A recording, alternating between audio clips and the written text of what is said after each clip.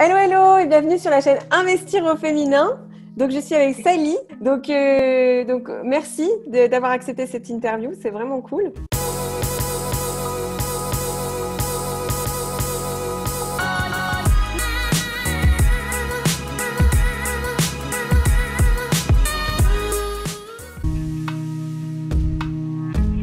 À Lomé, le 15 novembre 87. C'est où Lomé? Au Togo.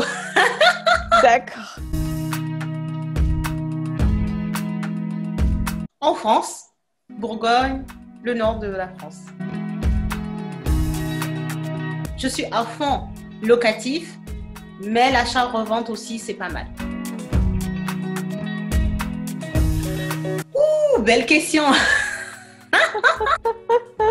Dans la vie, c'est de vivre mes rêves en fait, d'aller jusqu'au bout de ce en quoi je crois et de le faire bien. Vivre mes rêves, c'est exactement ça mon objectif. Alors l'immobilier pour moi, d'abord c'est une passion, clairement. D'accord, je l'ai découvert d'abord en achetant ma résidence principale parce qu'on a fait construire notre maison et en deux, c'est une source de revenus, quoi. C'est aussi simple que ça et pour moi, c'est aussi en trois une façon en fait de prendre mon indépendance financière. Voilà, en trois points, c'est ça pour moi l'immobilier. Non. Honnêtement, pour l'instant, je dirais ça change absolument rien parce que on peut se faire arnaquer par les artisans, qu'on soit homme ou femme. Le plus important, en fait, c'est la connaissance. En fait, une fois qu'on a la connaissance, après, on maîtrise et puis les autres nous respectent pour ce qu'on connaît. D'accord? Donc, pour moi, ça ne change rien. En fait.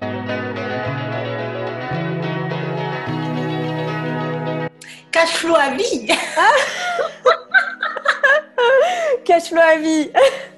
Oui. Ouais. Alors, Sally, est-ce que tu peux nous expliquer pourquoi tu as investi dans l'immobilier en fait? Alors, mon aventure immobilière en fait a commencé, on va dire, un mois après mon retour de congé maternité. C'était en 2018. Cette année-là, je devais faire, comme tout le monde, mon EAP. Avant de partir en congé, je devais avoir une certaine augmentation. Et en fait, au retour, au final, il se faisait que j'avais que la moitié de ce qu'on m'avait promis. D'accord? Sachant que je revenais de congé mat et que c'était mon deuxième garçon. Et Dieu sait quand on devient parent comment notre rapport à l'argent change en fait. Donc, je suis sortie de l'entretien, je me suis dit, mais attends, mais c'est pas possible, je vais pas continuer à quémander des augmentations, hein, c'est pas possible, quoi. Et donc, partant de là, j'ai commencé à réfléchir, mais qu'est-ce que je vais faire, mais quoi? J'ai pensé au dropshipping, enfin, là, j'ai vu plein de choses. Et dans un détour de conversation avec un collègue, il me disait, ouais, tu connais tel, c'est un autre collègue qui est parti à la retraite et qui investissait dans l'immobilier. Et donc là, il me dit, mais ouais, tu sais, mais non, il est en Espagne parce qu'il a tellement de biens qu'il se fait massacrer s'il restait en France par les impôts. Et là, je lui ai fait, quoi? Mais t'es sérieux? Genre, moi, je peux aussi. Il me dit, ouais, mais regarde et tout sur Internet. Et là, le soir même, je rentre chez moi et je commence à regarder. Et là, je vais de découverte en découverte. Les vidéos YouTube, les blogs. Enfin, bref, il y en a. Enfin, le BoFip, un truc que je connaissais même pas. Je savais pas, le BoFip, pour moi, c'était... Le BoFip, ça n'existait pas, quoi. Enfin, bref. Donc, ça a commencé comme ça et... j'ai commencé à regarder, j'en ai parlé à mon mari, il m'a suivi direct. Ah, c'est génial. Problème. Et il m'a suivi vraiment direct. Ouais. Genre, je lui ai dit, il n'était pas là d'ailleurs, il était en déplacement, je l'ai appelé, je lui ai dit, ouais, voilà, ça fait 2 jours que je regarde l'immobilier, on va investir en immobilier. Donc, d'accord. Et il a dit d'accord. Il a dit d'accord. Donc, ça s'est fait réellement comme ça, en fait. Donc, on a commencé à regarder, on s'est formé. Après, j'ai pris aussi des formations pour maîtriser surtout le volet fiscalité, pour pas faire n'importe quoi quand même. Et on a commencé à investir. On a investi que dans les immeubles de rapport, concrètement. D'accord. Donc, est-ce que tu peux nous parler de ton premier investissement? Qu'est-ce que tu as choisi? Alors, on a choisi un immeuble de rapport en Bourgogne, pour le coup.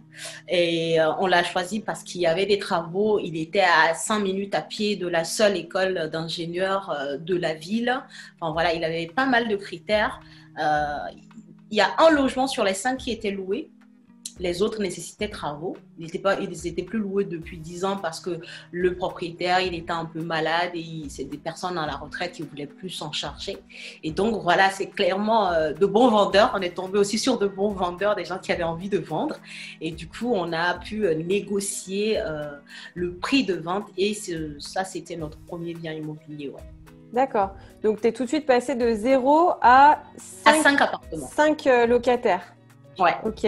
En termes de gestion, tu as su tout de suite suivre l'évolution? Oui, en fait, je trouve pas ça très compliqué en fait. En fait, il y avait déjà un logement qui était loué. Donc, dès qu'on a acheté, on avait déjà ce locataire. Après, on a fait les travaux. Donc, les locataires sont arrivés 4 mois après. Donc, là, ils étaient tous des étudiants d'ailleurs. Tout était neuf. Donc, voilà. Voilà. C'est passé comme une lettre à la poste. Pour la poubelle, mettre les poubelles en place. Donc, on a appelé la mairie, tout ça. Enfin, voilà. Mais franchement, en termes de gestion, ça se passe très bien et ça s'était très bien passé au départ. Est-ce que tu peux nous rappeler ta situation lorsque tu as investi dans cet immeuble, ce premier immeuble? Est-ce que tu étais salarié, entrepreneur? Quelle est ta situation? Alors, j'étais complètement salariée à 100%. J'étais salariée en CDI. Donc, de 35 heures, enfin, moi, je suis ingénieure de formation. Donc, on n'a pas cette notion de 35 heures, on a plutôt des forfaits jours. Donc, on travaille, voilà, si c'est 10 heures ou 5 heures par jour, dépendamment de nos charges, en fait. On est plutôt jugé sur la performance que sur le temps passé au travail. Donc, voilà, moi, j'étais ingénieure à plein temps et je le suis toujours d'ailleurs. Parce que voilà, c'est pas parce aujourd'hui on a au total 21 appartements parce qu'on a 3 immeubles, mais c'est pas pour autant que dans ma tête je m'étais dit ok maintenant je vais lâcher mon travail. Là c'est prévu, mais ça on va en reparler après, mais parce que justement suite à ce premier investissement et le second qui a suivi, je me suis dit ouais, en fait il y a un truc à faire. En tant que femme, on n'est pas beaucoup représenté sur internet pour parler d'immobilier. Enfin, j'ai cherché quand même, mais bon, bref. Donc, il y a quand même quelque chose à faire. Je pense que moi aussi, je peux apporter beaucoup aux gens. D'ailleurs, je le fais déjà d'ailleurs. Et donc, du coup, je me suis dit, voilà, il y a un marché à prendre, clairement. Et du coup, je suis dessus, en fait. Génial. Donc, j'entreprends aussi en tant que conseillère en investissement immobilier, accompagnement. Et du coup, donc tu m'as dit ta situation, quand tu as investi, donc tu étais ingénieur en CDI, est-ce que tu as investi seul ou est-ce que tu as investi avec ton compagnon? J'ai investi avec mon mari, ouais. On est mariés, donc ouais, on a investi ensemble. À deux. Et il est également en CDI, lui? Il est également en CDI. Ouais. D'accord. Okay. Et lui, il restera en CDI. Il n'a pas du tout les mêmes projets que moi. Il n'a pas la même passion que moi. Mais je lui communique ma passion et ça aide à faire les projets ensemble. Parce que de toute façon, on doit les faire ensemble vu qu'on est mariés. Donc, voilà. Mais t'as pas le choix. Ça ramène du cash, donc ça aide à convaincre. Oui, ah oui, bien sûr, bien sûr, bien sûr. D'ailleurs, c'est une bonne question. Donc toi, quand tu as passé ce coup de fil et que tu as dit à ton mari, on va investir, est-ce que tu as dû quand même mener de front tout le premier projet pour pouvoir dire, bah voilà, regarde ce qu'on gagne en cash, ou est-ce que vraiment tout de suite, il a compris la démarche? Et il a compris la démarche. Il a compris la démarche. Bon, c'est vrai que comme j'ai dit, on a commencé par notre résidence principale. Donc, on a fait conscience, c'était une belle expérience. On s'était posé la question, mais sans plus. Donc, on savait qu'il y avait peut-être un truc à faire, mais on n'en savait rien du tout jusqu'à ce que je n'ai cette conversation avec mon collègue. On était bleus, quoi. Donc, bon, il avait ça en tête. Et quand je lui ai dit, et ensuite je lui ai dit, ouais, mais tu vois, j'ai vu ça. Il a pris ça après tout de suite. Par contre, tout ce qui est chercher, c'est-à-dire chercher les biens immobiliers, les recherches, appeler, prendre rendez-vous, négocier, c'est pas son truc. Soyons clairs, mais ça, on le savait déjà dès le départ. Les rôles étaient clairs. D'accord? Parce que c'est moi, je veux dire, c'est ma passion, je lui communique, mais je connais ses limites, je connais ses forces. Donc, chacun son travail, quoi. Donc, tout ce qui Exactement. est recherche, que ce soit pour le premier, le deuxième, le troisième, peu importe les biens qu'on a achetés, même pour la maison, j'avais trouvé le terrain. C'est vraiment pas son truc, la recherche. Recherche, négocier, parler avec des gens, tout ça. Ça, c'est mon domaine. Donc, même si je l'ai convaincu, pour ça, j'ai pas pu le convaincre. Je me tape le boulot pour ce côté-là. Et ensuite, il assure quand il s'agit de suivre les travaux. Donc, D'accord. C'est génial de pouvoir se compléter. Moi, je sais que j'investis aussi avec mon chéri Olivier et franchement, c'est bien de pouvoir se compléter. Moi, je suis pas sur les mêmes domaines que lui et du coup, ça fait c'est ça. une belle émulsion. Exactement. Ouais, non, mais c'est clair. On est d'accord. Je suis complètement d'accord avec ça. Bon, bah top. Est-ce que tu peux nous dire aujourd'hui ce que tu détestes dans l'immobilier? Ouh, ce que je déteste, c'est quand je fais une offre qui est refusée. On vient me passe sous le nez. J'ai horreur de ça. Ouais, c'est clair. Clairement, j'ai horreur de ça. Pas plus tard que tout à l'heure. Ouais, ça m'est arrivé et je déteste. Je déteste toujours autant, en fait. Ah bah oui, tu m'étonnes. Ok, donc tu t'étais placé sur un immeuble, là, un autre? Bah, en fait, c'était là cette année. En fait, j'ai prévu qu'on fasse de l'achat-revente, ce qui est pas mal quand on veut dégager une grosse épargne d'un coup. Donc, je cherchais des biens et en Île-de-France, on a une ville qui s'appelle Le Perreux qui est pas mal. Donc, je cherchais là-bas. Et tout à l'heure, j'ai trouvé un studio pas mal du tout, mais une affaire comme jamais. Et j'appelle la dame. Même pas le temps de placer deux mots. L'annonce est sortie hier. Hein. Ah ouais, Hier. Je l'appelle aujourd'hui. Elle me dit ouais, non, madame, si vous appelez pour le studio, c'est vendu. c'est vendu. Et elle dit merci beaucoup, madame. Au revoir. Ah On recommence. Je déteste. D'accord. J'ai dit ok. Ça sera pour une autre fois. Mais... Bah oui. Et Ça. à contrario, du coup, est-ce qu'il y a vraiment un point que tu adores dans l'immobilier? Vraiment le point, le must de l'immobilier pour toi, c'est quoi? Qu'est-ce que tu préfères? Le must. Moi, j'aime beaucoup les visites. Ça peut être étrange pour beaucoup, Ah ouais? mais j'aime beaucoup le contact. En fait, même avant d'arriver en visite, je me dis, c'est qui le vendeur? Il va être comment? Enfin, en fait, je me pose des questions sur la personne, même si je vais acheter le bien. J'aime beaucoup le contact humain. Et donc, c'est vrai que tout ce qui est rechercher le bien, c'est clairement une phase qui me plaît bien, en fait. Voilà. Qui me plaît bien jusqu'à ce qu'on ne refuse mon offre. Ou là, j'aime plus du tout. Et là, j'aime pas du tout. D'accord. Sally, donc lorsque tu as débuté dans l'immobilier, est-ce que tu avais des mentors? Ou est-ce que encore aujourd'hui, tu as des mentors, des personnes qui t'inspirent? Est-ce que tu peux Oui, nous complètement. dire ces personnes, qui elles sont? Alors, un des premiers que j'ai suivi et qui m'inspire toujours autant, c'est Cédric Anissette. Et c'est pas forcément lié qu'à l'immobilier, c'est tout le parcours de la personne en fait. Donc, Cédric Anissette, bon, il y en a qui le connaissent, d'autres pas, mais c'est carrément un des pionniers en termes de coaching IMO, de vente de formation IMO et de patrimoine immobilier sur Internet. Hein, je parle bien dans la sphère de tout ce monde. C'est celui qui ressort en premier en fait.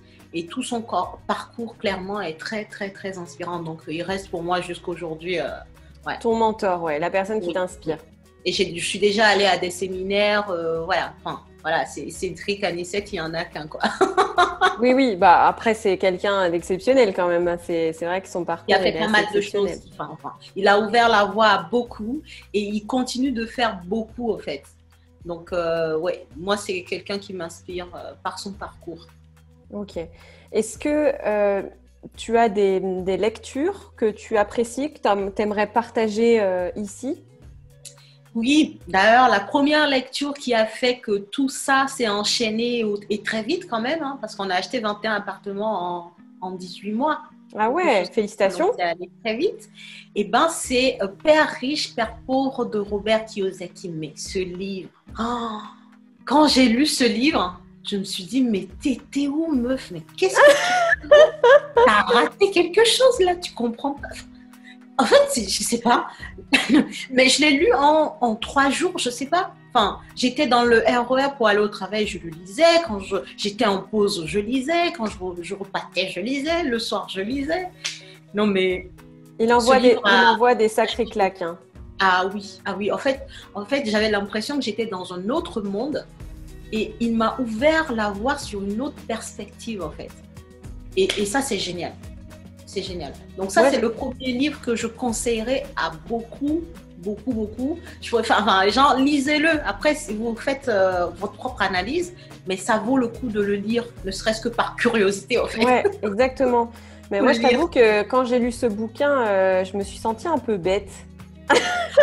Mais c'est ça. Non, mais tu me dis, j'étais où, en fait j'étais dans quel monde? J'étais enfermée, mais qu'est-ce qui s'est passé, en fait? Exactement. Non, c'est une super lecture. Non, enfin, moi, c'est le livre qui a changé mon paradigme, en fait, ma vision des choses. C'est ce livre qui l'a changé. Au-delà de l'aspect immobilier, ce livre a changé beaucoup de choses. Et d'ailleurs, c'est grâce à ce livre que je me suis ouvert l'esprit sur le fait que je pourrais entreprendre, je peux faire des choses. Donc, l'immobilier, oui, je l'ai découvert, ça est devenu une passion, je gagne de l'argent avec, mais je peux en faire aussi un métier. Donc, ça a débloqué vraiment pas mal de choses chez moi, en fait. C'est génial. Et si j'ai un second livre, ça sera Réfléchissez et devenez riche. Mais par contre, celui-là, il est un peu plus technique, j'avoue.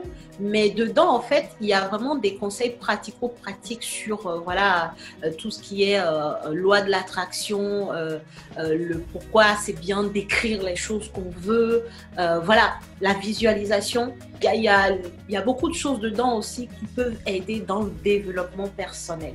Exactement. Tu vois, dans tout ce que je te dis, je n'ai pas encore parlé de bouquins immobiliers. Hein. Oui, pourtant, exactement. En fait, c'est des bouquins en fait pour faire l'immobilier, c'est comme tout business en fait. Il faut avoir un certain état d'esprit pour aller au bout des choses. Parce que c'est pas tous les jours rose non plus. Il faut pas croire. Tout à l'heure, je te disais que moi, on a 3 immeubles, j'ai peut-être eu 15 refus quoi. 15 je comprends. Tu vois ce que je veux dire? Et ça, c'est ici que ça se passe. Ouais. Tu vois? Ou des travaux qui n'avancent pas comme on veut. C'est ici que ça se passe. Ou enfin, aller faire des visites mais on est fatigué, il pleut, il neige, machin. C'est encore ici que ça se passe. Ouais. Voilà. Donc on se comprend. Donc c'est pour ça, pour l'instant, j'ai donné 2 livres, rien sur l'immobilier, mais je peux vous dire que lire ces 2 livres-là, ça change l'état d'esprit et ça vous met en condition pour faire les choses. Et un livre sur l'immobilier quand même, c'est le livre de Julien de la Grande-Danne, c'est l'investissement locatif intelligent. Ah d'accord, ok, je ne l'ai pas lu celui-là. Il est vraiment pas mal aussi, oui. Il est vraiment pas mal et c'est le seul livre que j'ai lu en soi, un livre sur l'immobilier, c'est le seul que j'ai lu et il est pas mal.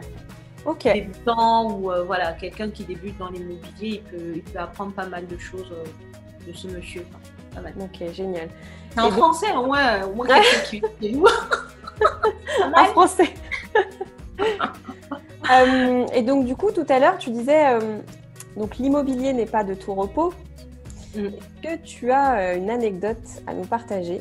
Parce que nous, ce qu'on a envie de partager à la communauté, c'est pas que le business super bien où tu gagnes du cash. Il faut aussi dire ce qui se passe et la réalité des choses. Est-ce que tu as une anecdote ou une histoire à nous partager un peu merdique? Oh oui, un peu merdique. Pas plus tard que je crois que c'était le dimanche dernier. Je m'apprêtais à aller à Leroy Merlin. Un locataire qui m'appelle, bourré en fait. Le mec, il était bourré. Il m'appelle, un dimanche déjà. Il m'appelle bourré, il me dit oui, je vous appelle parce que je me demandais si notre douche là, il n'y aurait pas besoin de refaire une peinture. Il me dit mais pourquoi vous m'appelez déjà un dimanche et votre salle de bain, qu'est-ce qu'elle a en fait? Tu vois, enfin, je veux dire, en fait, à ce moment-là, tu sais pas trop, est-ce que je dois m'énerver? Est-ce que je dois me retenir? Est-ce que je dois lui raccrocher au nez? En fait, c'est quoi la bonne posture? Exactement. Là, pour la psychologie, tu te dis, mais non, mais le mec, il est bourré déjà. Il m'appelle un dimanche pour me parler d'un truc, tu vois? Et après, je lui dis, non, en fait, vous allez attendre quand je reviendrai à l'immeuble, parce que c'est dans le nord. C'est à 2 heures de chez moi, un peu moins de 2 heures. Et je lui dis, ben, vous allez attendre quand je viendrai, on verra ça et tout ça, quoi. Et après, elle me dit, ouais, mais sinon, j'avais aussi prévu de partir et tout. Et je dis, ah, ben ça, il n'y a pas de souci, si vous voulez, vous pouvez partir. Et après, il me fait, ouais, mais en fait, au final, non, mais je vais rester avec vous et tout. Et en plus, je vous aime bien. Non, mais je lui dis, mais mon mari, il était là, mais il raccroche, purée, mais c'est quoi ce truc? Non, mais franchement, j'ai des moments où je me dis, mais waouh! Non, mais il faut savoir prendre sur soi, avoir du détachement face à certaines situations, parce que je suis de nature impulsive, mais je t'assure que depuis que je suis propriétaire, bailleur, je change un peu, quoi. Parce que sinon, je me prends la tête, voilà. Mais heureusement, c'est pas tous les jours comme ça. Faut pas, voilà. Genre, ça m'est arrivé là le dimanche dernier, mais j'avais plus aucun coup de fil d'aucun locataire depuis deux mois, quoi, tu vois.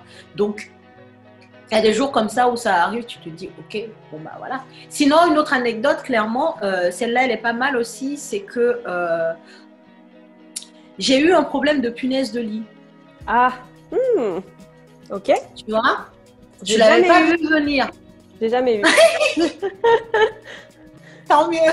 Je ne l'avais jamais eu. Je ne l'avais jamais eu. Et c'est pas quelque chose qui est lié à l'entretien ou quoi, en fait. Ça peut être quelqu'un qui est revenu de voyage. En fait, tu sais, je veux dire, tu peux pas savoir la cause au final. Oui. Là, dans cet immeuble dont je parle, j'ai 7 locataires. Qui l'a ramené, qui l'a pas ramené, mais toujours est-il que, voilà, à un étage donné, les 3 appartements de l'étage, ils avaient des punaises. Donc, obligé de faire traiter tout l'immeuble. Ah bah oui. Avec 3 traitements, voilà. Donc, l'entreprise est venue 3 fois. Ça a coûté un certain montant. On est autour de 1 000 €. Voilà. C'est comme ça. Je ne leur ai pas demandé un seul centime. Hein. On l'a fait nous, en fait. Parce qu'en fait, au final, on ne sait pas d'où vient le problème. Donc, parce que tu fais de la courte durée dans tes immeubles? Non, je fais que de la location longue durée, meublée ou nue. J'ai du nu et j'ai du meublé. Ok. Voilà. Mais je ne fais pas de courte durée. Ok. Mais voilà, oui, ça aussi, c'est un truc imprévu qui s'est passé. Et puis voilà, on gère et puis on continue. Hein. Exactement. Ok. Ok. Est-ce que, donc toi qui es coach aussi, est-ce que tu as un conseil à donner, un conseil magique, je ne sais pas si on peut dire ça. Il n'y a pas vraiment de conseil magique, mais est-ce que tu as un conseil à donner à des personnes qui ont envie de se lancer dans l'immobilier et de débuter? Oh, moi j'ai envie de leur dire, lisez Père riche, Père pauvre. Exactement, ça c'est top. Et aussi mon deuxième conseil, mais ça c'est dans le caractère, apprenez à être patient et à vous former, quoi. Enfin, pour moi c'est... Parce qu'en fait, je dis ça pourquoi? Depuis que je suis conseillère, en fait, et que je coach des gens, je vois que les gens sont impatients. Ils pensent que parce que j'ai vu deux annonces sur le Bon Coin, je vais trouver l'appartement ou l'immeuble à 15% de rentabilité. Et non, en fait, c'est des affaires, c'est des choses qu'on voit parce qu'on y va tous les jours et qu'on a programmé, que le matin, je me réveille, je prends mon petit-déj, je regarde les annonces. À midi, je regarde. Le soir, je regarde. Je fais en sorte d'être parmi les premiers qui regardent les annonces. Bah oui. Que s'il y a une bonne affaire, que je puisse appeler et être la personne qui va la faire, justement. Mais ça, voilà. Beaucoup ne le comprennent pas et c'est important. C'est important quand on veut faire de l'immobilier d'avoir le bon état d'esprit et de savoir qu'il y a besoin de patience et en même temps de réactivité. Ça peut paraître contradictoire, mais il faut être réactif, donc être patient, mais dans l'action en fait. Voilà. Merci pour ce conseil. Est-ce que du coup, tu souhaites nous parler un petit peu de ton activité, de ce que tu fais actuellement? Parce que actuellement, tu es salarié, mais tu développes aussi une deuxième activité. Comme tu disais, Père riche, Père pauvre, ça t'a aidé à développer l'immobilier, mais aussi d'autres. C'est ça, oui. Ça m'a appris à comprendre qu'on peut avoir plusieurs sources de revenus et que c'est normal. Exactement. Et voilà. Donc oui, j'ai une activité en auto-entreprise. Lady Celia Invest, c'est le nom de mon entreprise. Je suis présente sur YouTube, Facebook, Instagram, où je En fait, je partage du contenu gratuit et à côté aussi, je propose de l'accompagnement. Alors, ça se passe comment? C'est des séances de coaching. Ça, c'est une formule. Ça peut être 1 heure de coaching où on fait parfois de 2 heures ou de 4 heures. Ça dépend vraiment des gens. Où là, les personnes viennent à moi avec des questions ou des points de blocage sur l'étape dans laquelle elles sont.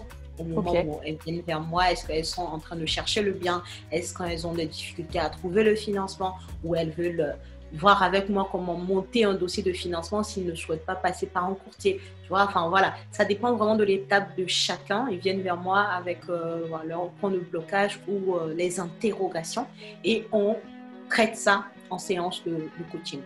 D'accord. Donc, ma deuxième formule, c'est individuel. Oui, individuel. Okay. Et tout se passe sur Zoom, Teams, ça dépend des gens, ou WhatsApp, caméra. Voilà. Et selon les personnes, certains ont toute la panoplie des applications, d'autres ils ont que WhatsApp. Donc, on fait des calls visio sur WhatsApp, mais tout se passe vraiment à distance pour le coaching individuel à l'heure. Après, j'ai aussi la formule accompagnement un peu plus poussée où là, j'accompagne les gens de A à Z. C'est-à-dire, vous venez, j'ai envie d'investir, je ne sais pas comment faire, je débute dans l'immobilier et là, en fait, c'est des accompagnements sur 6 mois où vraiment je commence à te prendre par la main, je t'explique les choses, je te mets en relation avec mon réseau parce que j'ai un réseau de courtiers, d'avocats fiscalistes, d'experts comptables. C'est tous des gens avec qui j'ai travaillé en fait, bien sûr, personnellement. D'ailleurs, c'est comme ça qu'on crée le réseau, hein, parce qu'on fait travailler les gens pour soi et ensuite ça devient des partenaires. Donc voilà, j'ai tout ce réseau-là que je mets à disposition et selon les situations de chacun, dès que tu as besoin d'une personne de mon réseau, je t'emmène voir cette personne-là et tout ça fait partie du prix que tu payes au départ pour l'accompagnement de A à Z. Et la dernière formule que je propose, ça c'est de l'apport d'affaires, c'est-à-dire il y a des gens qui ont l'argent mais qui n'ont pas le temps de chercher leur bien. D'accord. Dans ce cas-là, je cherche le bien pour mes clients en fait, en partant d'un cahier des charges qu'on aura défini ensemble par rapport aux revenus, à la situation de la personne, jusqu'au le montant jusqu'auquel il est prêt à investir, le cash flow qu'il veut, en fonction aussi de la réalité qu'il peut avoir, hein, clairement. Donc, on définit un cahier des charges et ensuite, moi, je cherche le bien pour le client. Voilà. Il y a 3 façons de travailler avec moi et c'est les trois que je viens de citer. Ok, super. Bah écoute, moi ce que je te propose, c'est qu'on mettra tes liens juste en dessous. Comme ça, si vous voulez contacter Saïli, ça sera avec plaisir, juste en dessous de cette vidéo. Donc, écoute, je te remercie pour cette petite interview. C'est toujours intéressant d'avoir les parcours de chacun. Et comme quoi, l'immobilier, en fait, je me rends compte que c'est pas forcément une fin en soi, dans le sens où tu vois, ça t'ouvre sur d'autres domaines. Incroyablement. Voilà, c'est ça. Parfois, en fait, quand tu commences l'immobilier, en tout cas, c'était comme ça pour moi. Je me suis dit, ah, ça y est, moi, dans ma vie, je vais être entière. Mais en fait, non. Tu vois, tu as juste envie d'aider les autres, te sentir utile et de donner un sens à ta vie. Et le sens, c'est pas réellement l'immobilier. L'immobilier, c'est le levier, tu vois. C'est le levier. Et derrière, après, tu peux monter d'autres projets entrepreneuriaux. Non, mais c'est complètement ça. Tu vois, par exemple, j'ai commencé l'immobilier, j'ai changé de paradigme. Aujourd'hui, je vais partir du salariat. L'immobilier me permet aussi de partir du salariat. Bien sûr. Parce que je sais que j'ai le cash flow. Ma façon d'investir fait que je sais que j'aurai du cash, j'aurai pas de problème. Et maintenant, je suis prête à passer un cap parce que voilà, l'entrepreneuriat commence à ramener des personnes qui ont confiance en moi. Et je sais que voilà, même si ma base client n'est pas encore hyper étendue, j'ai l'immobilier qui me permet quand même de quitter mon travail, de me consacrer à ce projet entrepreneurial en plus de mes biens. Enfin, voilà, l'immobilier, comme tu dis, c'est carrément le début de la chose, quoi. C'est pas du tout une fin en soi. Voilà. Donc, je te rejoins complètement là-dessus. Ouais, c'est génial. Bah, écoute, merci. Merci pour ton temps. C'est super. Merci, et puis, je te dis à très vite pour une prochaine vidéo. Merci beaucoup. Merci pour l'invitation. Et puis, au plaisir. Hein, ça sera avec grand plaisir. J'ai beaucoup aimé notre moment de change, en tout cas. Merci, Saïli. À bientôt. À bientôt. Salut.